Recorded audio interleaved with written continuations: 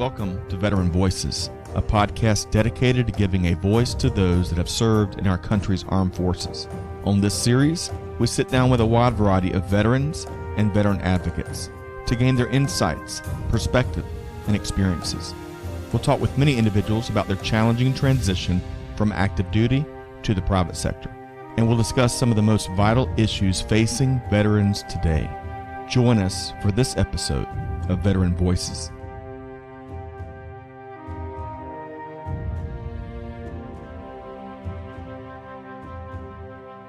Hey, good morning. Scott Luton with you here on Veteran Voices. Thanks for joining us today. On today's show, we have the honor of speaking with a senior level officer that spent 34 years in uniform serving our country in the U.S. Navy. And he continues that service and leadership in a new critical mission today. Stay tuned for what promises to be an outstanding interview here on Veteran Voices. Quick programming note before we get started. This program is part of the Supply Chain Now family of programming. Find us and subscribe wherever you get your podcast from. Simply search for Veteran Voices as we publish several times a month. Go ahead and welcome in our featured guests here today. We've got the honor of interviewing Rear Admiral Casey Coane, retired U.S. Navy, who's also a member of Mission Readiness, with us here on Veteran Voices. Admiral Coane, good morning. Good morning, Scott. Good to be with you. So happy to have a moment to sit with you and pick your brain and learn more about your background, and equally as important, about what you're up to now and the incredibly valuable initiative that you and a variety of other volunteer leaders are spending your time and energy on. So we'll get to that momentarily. But before we do, I really look forward to this opportunity to getting to know you better and not only your background, but what you did in the military as you served in the U.S. Navy. So for starters, Admiral Coane, where'd you grow up, and give us an anecdote or two about your upbringing? Well, I was a beach kid from Redondo Beach, California, so a little bit south of Los Angeles, along the beaches of Hermosa, Redondo, Palos Verdes. That was my home until I went away to college, which was University of California at Berkeley. So I didn't leave the state, just went north for a while, and from there off to the Navy. What did you major in at UC Berkeley? Something really useful like political science. Okay. I really enjoyed that. I had a teacher in high school that got me interested in that sort of thing. So I went to Cal with the idea of pre-law, going into law school. And so political science was a good pre-law major. That's the road I went down. Yes. And along the way, I ended up in naval ROTC and fell in love with flying. And so I made an immediate sharp right turn on graduation and headed to Pensacola, Florida for flight training. Love that. So speak a little more. It's a perfect segue because I want to find out a little bit more about what you fell in love with flying, but what really made you join the military? What were you passionate about? You know, Scott, to be perfectly honest, I'm not so sure it was passion. This is in the middle of Vietnam, 1960. I graduated in 68. So it was a difficult time. It was a difficult time, frankly, for being a ROTC student at the University of California, because up there they didn't think too much of the war, and I suppose neither did I. But my father had served in World War II, and one day, as I was getting ready to head off to school, he saw an ad in the local newspaper about the ROTC program. And I thought, well, you know, rather than just, frankly, take my luck on the draft, why not manage my life? And so my dad was Army, and he said, you know, you'll eat a lot better in the Navy. And so there I went, and I really enjoyed it. I mean, ROTC was kind of a second home for students that were in that. You know, immediate camaraderie with the other guys wearing a uniform on a campus like that. And like I said, I got introduced to flying one summer through the Navy and thought, boy, you know, if I'm going to be a naval officer, I think maybe I want to be a naval aviator. And I never looked back. It worked out to be the thing to do. So one final question, and I want to move forward into your active military career. What was the aircraft that you first set foot on and that really started your lifelong love affair of aviation? Oh, that's interesting, because it is the T-34 that you and I spoke of a little earlier. I was in a summer ROTC program at UCLA, and they had brought a T-34 to Santa Monica Airport to introduce those of us that might be interested in going that way into that. And so I had one flight at Santa Monica Airport in the T-34 out over the ocean. And I said, this is fun. This is a good thing. And that was sort of the deciding moment. Love it. You paint such a picture. Gosh, Santa Monica Airport. I can only imagine how gorgeous that is. All right, so let's now move forward. Let's talk about your active military career. 3 decades plus serving our country in uniform, if I've done my homework correctly. Really appreciate that, sir. When you look back, and I bet you can write several books, and we don't, I wish we had 5 hours to walk through so many of your experiences, but if you had a short list of some of your most memorable commands and experiences or roles, what would that be? Well, someone will tell you, anybody that's been a career military person would probably say being in command is what it's about. And so when you get that first opportunity for command, that's a special time and a special place. I had command of a reserve P-3 squadron in New Orleans, and I spent a number of years there in that squadron. And so that having command of the squadron and having us doing well, there were 400 of us in that squadron, all great young Americans, volunteers, because it was a reserve squadron. They all wanted to be there. A lot of them traveled miles from other states. We had reservists came from 7 states to that squadron. So we had a lot of people very dedicated. So that was a special time. Mm-hmm. I think before that time, I had a tour on an aircraft carrier out of San Diego for 2 years. And, I tell people that was professionally a marvelous tour. The things I learned, the things I got to do as part of being staff on that aircraft carrier, learning to drive the ship from the bridge, learning to operate the combat systems, which was my primary job down in the Combat Information Center. I learned an awful lot in that 2 years at sea. It was quite a special tour. Mm. And then other tours that followed the squadrons and so forth, and then I became a flag officer, very fortunately. So that was well into my career, about year 26 or so, 25. And then and travel and do some of the things I got to do doing that. I spent 3 months on active duty in Saudi Arabia in 1995 as a brand new flag officer.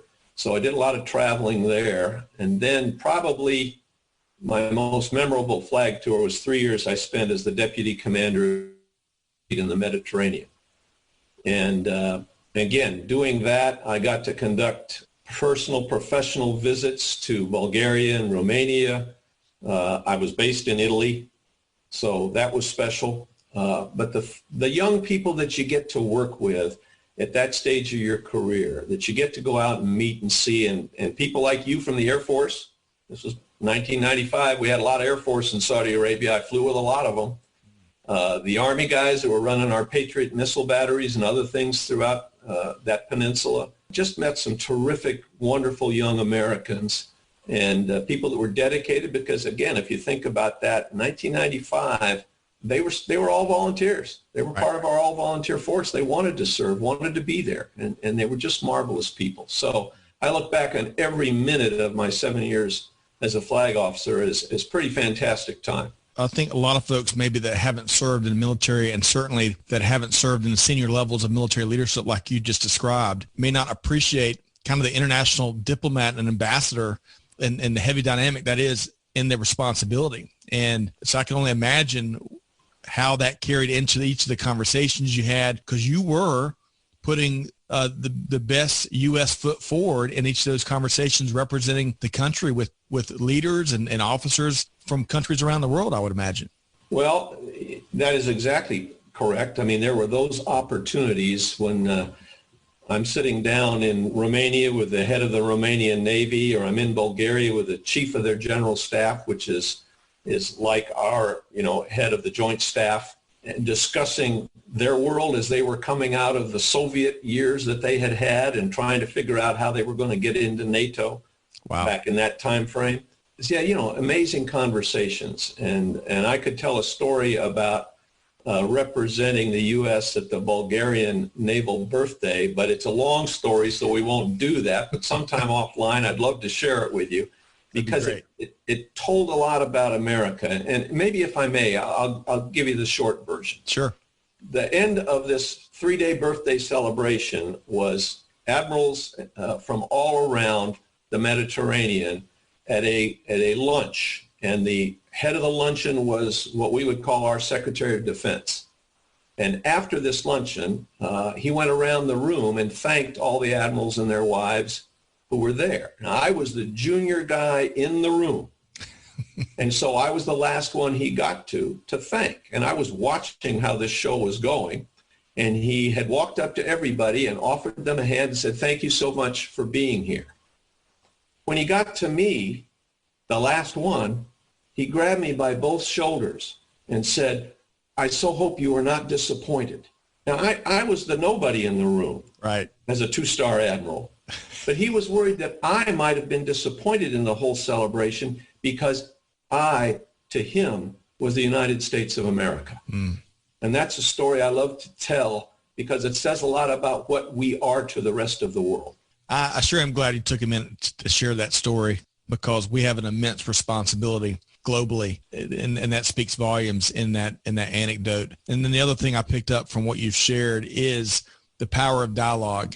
There's no shortage of disagreements and differences in countries around the world, but if you sit down and really intentionally lean in with an intention to form these bridges and find some common ground and find some common understanding and appreciate that common ground so you can move and tackle and make progress in some of the areas where we may disagree. I mean, that's a lot of what I heard in some of your other experiences there. So thanks so much for sharing that experience earlier. You touched on some of the incredible people that you had a chance to serve with in those global adventures that you've been on. Let's touch on that. What are some of the names and individuals that come to mind, whether they worked for you, whether you worked alongside them, or folks that you may have served in the the rank and file? Who are some names that come to mind?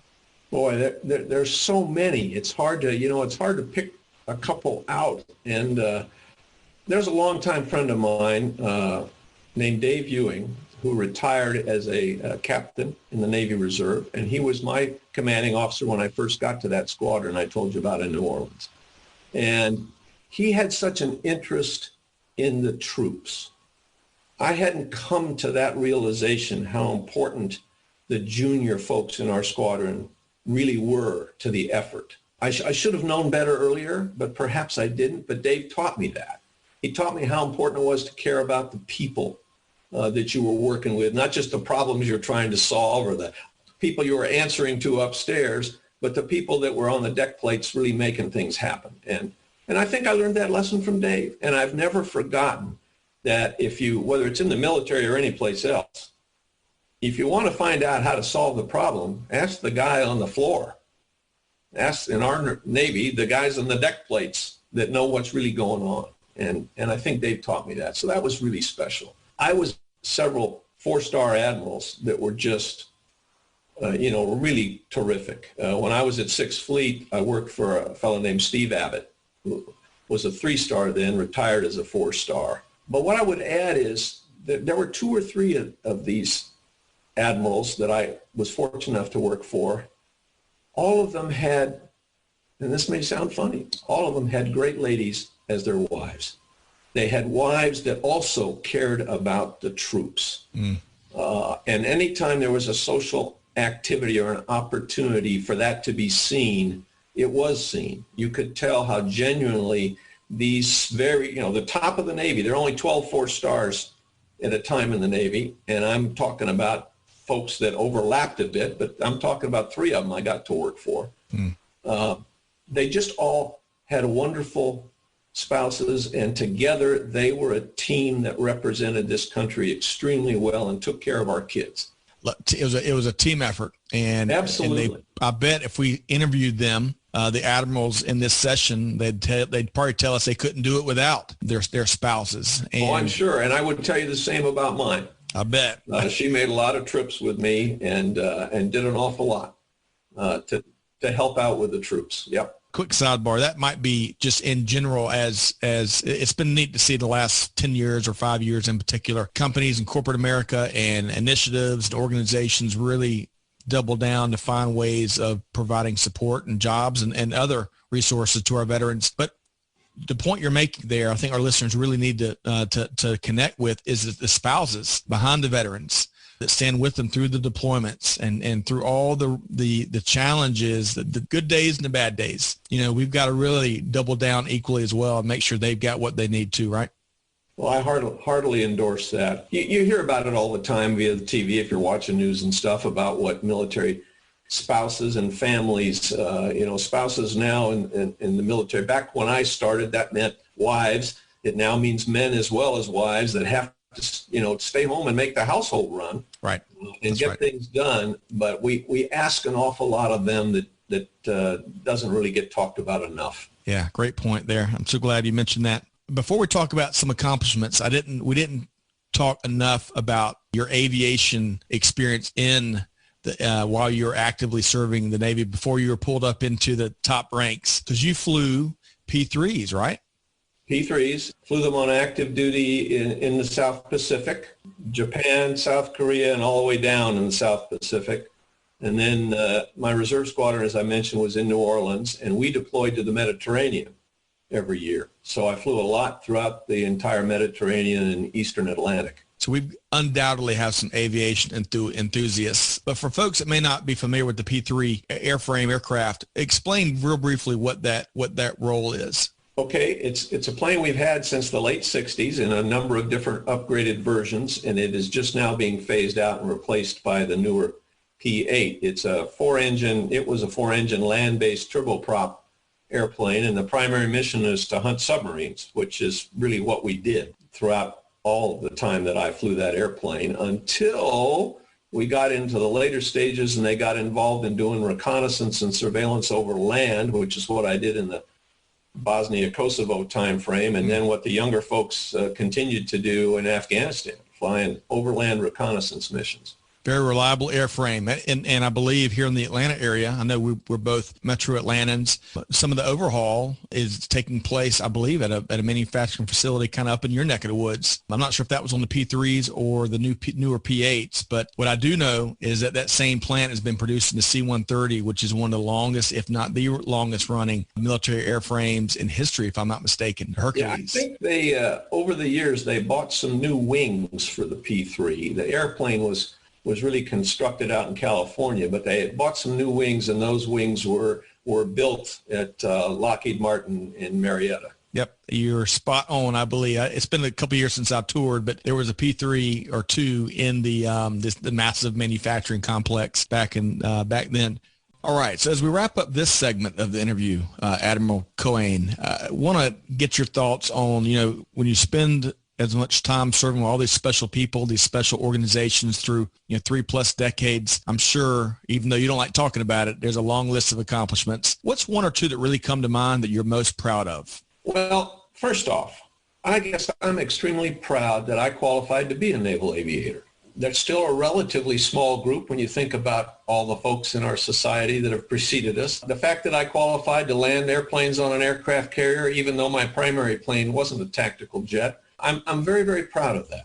I look back and I told my kids that of all the things I've done, probably just doing that. And then, as you suggested, most of the things I'm proud of are the accomplishments of the people that I worked with. And because you're Air Force, I'll relate this. When I was in Saudi Arabia for those months, I was a deputy commander of the Joint Task Force enforcing the no-fly rules over Iraq at that time. So most of that flying was done by the Air Force, some by the Navy. But we did a lot of that flying at night, which meant that the young maintainers were spending 115-degree days outside fixing airplanes and working on them. Those kids just worked tirelessly to make those planes fly for those guys that had to go do the mission. And so when you look back on what people like that did that you were working with, those are the things that I'm happy to tell people about, because that's what made me proud to be part of that kind of an organization. Wow. Oftentimes, whether it's in private industry like supply chain or in our military, the maintainers don't get enough credit. I was proud of my time being a part of Knuckle Busters gatherings as we celebrated the maintainer. And in that specific campaign you mentioned, the no-fly zones in the Middle East, I bet there were some F-16s from Shaw Air Force Base that played a role during your time over there. Absolutely. Shaw was a big part of that organization, sending those guys over. That's right. Really proud of both the pilots and certainly the maintainers and all the folks that are kind of behind the scenes and making sure the mission takes place and happens. And I appreciate your earlier point. It is a very select group to be able to fly in general for the military, but also to be able to land and take off on those moving airfields that are known as aircraft carriers. It's an amazing feat. So, yeah, I will add one other piece to that, and that is not only did I get to do that, but I was very fortunate to spend that 2 years on an aircraft carrier and qualify to fight the ship essentially, but qualify to be an officer of the deck on the bridge and drive that ship. There is something special about standing out to sea on a Navy man of war. Absolutely. And talk about being able to project force in a way that few in history have ever had the opportunity to do. So really admire that. And we're going to have to bring you back because I'd love to dive deeper into that. I'm fascinated with so many aspects of a carrier task force and what happens and the sailings. And so we'll do that. But we're going to wrap up this interview really on this next, on really the center plate aspect. Really admire what you're doing after you have retired and stepped away from active duty with the U.S. Navy. This report was shared with our team here, Veteran Voices, Breaking Point, Child Malnutrition Imperils America's National Security. Exactly. And I got the executive summary. I bet there's a ton of research behind it that went into it. I see that the Walmart Foundation played a generous role in helping make it happen. That's really neat to see. But if you could, just to set the table a bit, what prompted the research? Well, Mission Readiness has been around for almost 11 years. This November, it'll be 11 years.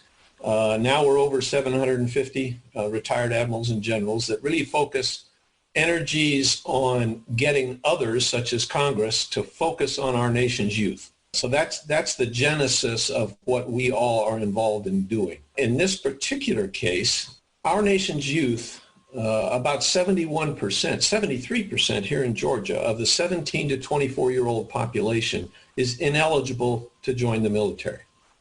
They're ineligible either because they don't have the academic skills, and a lot of them that's the case, or they have a criminal record, or, and this is an increasing percentage, about 31% of those 17 to 24-year-olds are too obese to make the military fitness requirement. And while we're making headway on those other two reasons people can't join the military, we're losing ground on this one. America is becoming more obese. And before we get into, why admirals and generals care, I want to stress that it's not just a matter of who can we recruit to be in our military, but admirals and generals have been around long enough to understand that national security is more than just having a Navy and an Air Force and an Army. National security is a lot of things about the country, and one of those is a healthy society.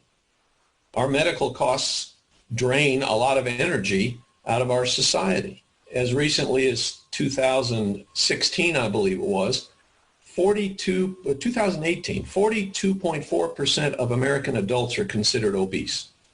That's a huge, staggering number. And while, again, we're concerned with the ability of our military to meet its recruiting requirements, I heard a doctor just the other day, yesterday as a matter of fact, speaking about COVID and being asked, well, what about Sweden? And an interesting comment he made back was, well, the Swedish population is a lot healthier than we are. They're more outdoors, they're not obese, and that has helped them not have the kind of death rates that other places have had. So it's a bigger issue than just what we admirals and generals like to talk about. But to get to the nut of your question, COVID, the pandemic itself, has really exacerbated or brought more to light both the issue of childhood nutrition.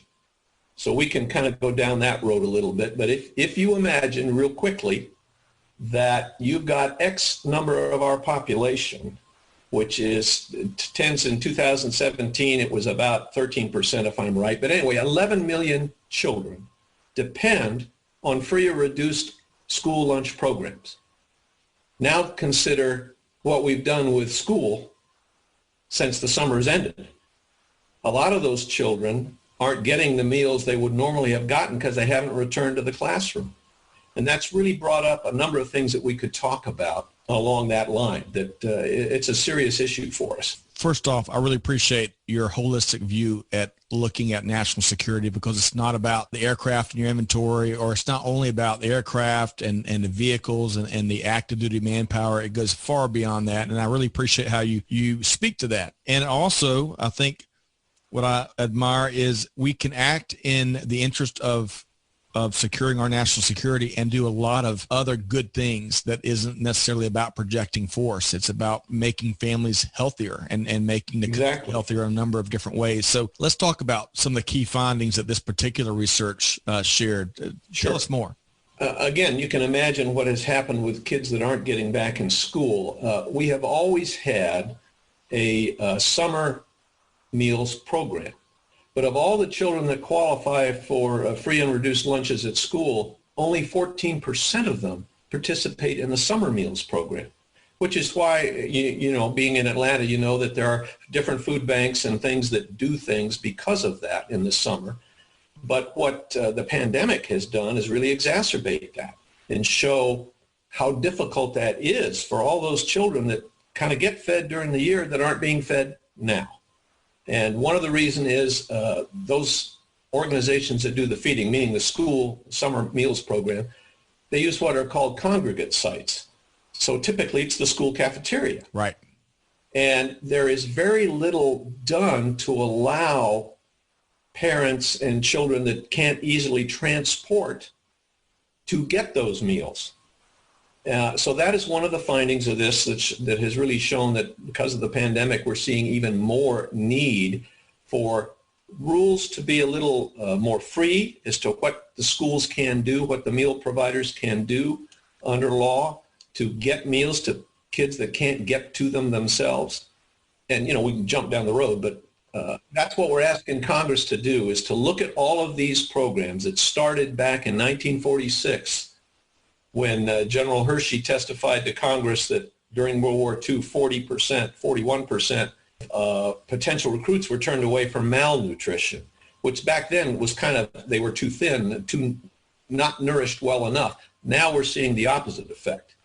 But the effect is the same. They're not healthy. Quick comment, and if there's any other key findings before we get to some of the corrective actions that the group is advocating for. We've had a fascinating entrepreneur on Supply Chain Now that talked. She was with an organization she founded called Goodr, Goodr. We're going to have to get y'all connected. Okay. One of the great things she shared during her interview with us is that starvation, or those going without, is not a supply issue. It's a logistics issue. To your point, that these sites where folks that are in need are used to going and getting fed and receiving these resources during something like the pandemic, the logistics behind all that, the operational behind all that changes dramatically, and the challenges change. So I really appreciate what you shared there. And really, if we can put our best and brightest amongst us, leaders amongst us, to figure out, okay, we got lots of supply, ton of supply, and unfortunately a lot of folks in need. How do we fix those logistics in terms of those that go without? And then the other half of the coin that you're speaking to is on the obesity side. And perhaps, I'm not sure what your take is, if it better access to dietary programs or better health care, or maybe a combination of all that. What's your take on those that maybe have access to food, but they're not getting a lot of other exercise or dietary guidelines or what have you? Sure. Well, and that's a very good question, because one of the things that may be counterintuitive to people is that obesity is also a sign of malnutrition for a number of reasons. But if you think about it easily, cheap foods are fatty foods. It's easy to get French fries. They don't cost a lot. Right. Fresh fruits and vegetables is a different thing. So families that tend to struggle with what we call food insecurity.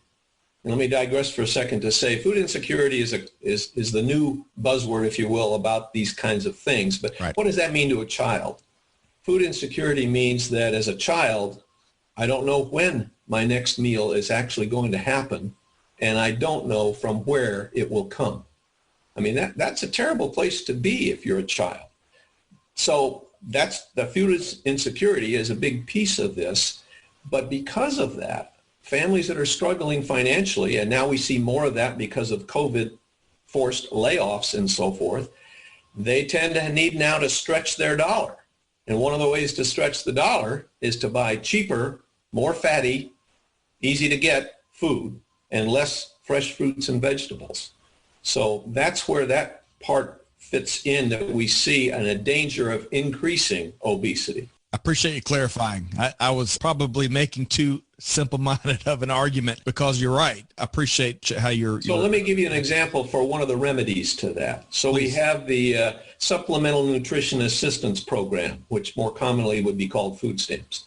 There's an incentive built into that program that incentivizes families to buy fruits and vegetables.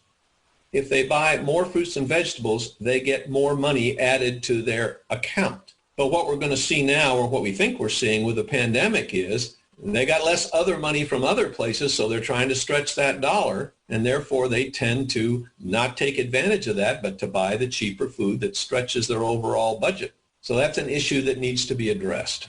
And we can talk more about the specifics, but the bottom line for us as an organization is we need Congress to revisit all of these programs, that SNAP program I just mentioned, the Supplemental Nutrition for Women, Infants, and Children called WIC, and the school lunch program, and see where we can strengthen those programs, where we can loosen up some of the regulations that deal with those logistics, the distribution of food, where we can work with suppliers, because supply to places like school cafeterias, that logistics train is also stressed by the pandemic. Absolutely. So those are things we're asking Congress to look at and see where we can make some real improvements. Yeah, I think we've all acknowledged one of the big challenges we've had in 2020 from a food supply chain standpoint. One of them is you've got a commercial supply chain, and then you've got the consumer supply chain for food. And when one breaks down, it's very difficult to divert the packaging we see and how one's built here for the other. And that's factored into some of the supply issues we have had. So I'm hoping as a practitioner in supply chain that we can address some of those things, so that inevitably when we have another huge unforeseen challenge, historical challenge like we've had in 2020, that we can make some of that crossover easier, or at least more effective. Well, I think you made a great point, just to digress for a second, that I have some friends here in town that are involved in supply chain work. And the average person doesn't understand necessarily why, when you used to be producing a 50-pound bag for a restaurant, and now you need a 4-pound bag for a grocery store more than you needed the restaurant bag, it's not easy to shift all that management of the production of all those materials. The assembly line, the chains that do that work don't easily go from a 50-pound bag to a 4-pound bag. It can't be done. You've got to completely change your infrastructure. Yep, I completely agree, sir. So you mentioned a couple of the corrective actions that you and the Mission Readiness leadership are advocating. What else can we do beyond clamoring for congressional action to make some of these policies more flexible for folks that are in the situation and need a more flexible means to address their food insecurity challenges? Well, I spoke to the big congressional piece because we are involved every day with Washington. But a lot of these things are much more local. A lot of the rules and regulations that affect the logistics for getting food out to children in need are much more locally driven. So I suspect that, I would answer your question by saying parents need to get involved. People need to understand that there are things that could be done to improve the ease of serving the disadvantaged communities, and a lot of that's rural. I think in my own mind, I tend to think of disadvantage and I think of inner city troubles. But it's not just inner city children, it's rural children that are out there where there isn't a whole lot of infrastructure, and we certainly have a lot of that here in Georgia. That's where some of the true food needs are, is out there where that those you and I that live here in the metropolitan area don't necessarily think about. So there's a lot that parents could do, I think, that civic community organizations could do to just become more aware of the food insecurities that are in existence, and work to help loosen up some of those regulations, or help with the logistics itself, the transportation, to make those things work. I mean, if you're a school principal today, you got an awful lot on your plate. You could use some help probably. I can only imagine, and we got to hug on those educators and the administrators that are dealing with these historically unforeseen, at least in modern American life, situations that they're dealing, trying to make the best decisions and accommodate for all the needs that kids from different walks of life have. All right, so you've already mentioned a couple times, or you've suggested a couple different ways folks can get involved. Anything else? I want to make sure we don't leave anything off the table. How else would you share with our listeners that they can get involved in this critical initiative? Well, I suppose one of the things I would offer is you can contact, Mission Readiness. You can, I want to make sure I get it right, so I'm going to read you something off my memory. I'm going to look it up for you. I'm with you. But, because you and I both, we hit an email that we always hit, and that's not necessarily the right place. But Mission Readiness can be reached at team@missionreadiness.org. And on that site, you can find a lot of ways to get involved with what it is we do. And Mission Readiness is part of a larger umbrella organization, which is the Council for a Strong America, and that is strongamerica.org. So there are places that people could weigh in. You would find there ways, things we have discussed that you might want to take up with your local congressman, your state representative. So I think that's a site to go and look at. There is a lot of research. I'm happy to be here speaking to you as do the other 750 admirals and generals, but there's a big research team behind all this. I mean, well-educated PhD folks that spend their life looking at child development and what we can do. So there's plenty of resource available online. Outstanding. Data-driven. I love that. Always. Absolutely. So on that note, and we'll make sure, Admiral Coane, that we try to make it one click for our listeners to hear what you're sharing and then find it in the show notes and connect with these groups. So we'll try our best to do that. But, beyond all that, I really appreciate your time here today. I loved your you taking the time to walk us through your journey throughout your military service and then, of course, what you're doing now. And it just reminds me, one of the last shows we published here was with a former enlisted sailor, Lornette Vestal. And one of the things he really left with us is that how veterans have a storied tradition of once they take the uniform off per se and either separate or retire, so oftentimes they continue their service in other ways. And that's exactly what you and all of the other members of Mission Readiness that you've mentioned are doing. And you continue to debt of gratitude we have. And on behalf of our listeners and our community here at Veteran Voices and Supply Chain Now, we really, really appreciate your continued active leadership. Well, I appreciate that, but let's not leave you out of that, because Scott, you're still doing the same thing, worrying about taking care of the people that need taken care of, and so we appreciate that. Well, we look forward to having you back. We'd love to get an update as we see new, hopefully better numbers and some of the corrective actions start to take root. We've been talking with Rear Admiral Casey Coane, U.S. Navy retired, also a member of Mission Readiness. A pleasure to sit down and chat with you, sir. Happy to chat with you anytime, Scott. Sailors always have lots of sea stories. Thanks so much, and we'll have you back soon. Thank you.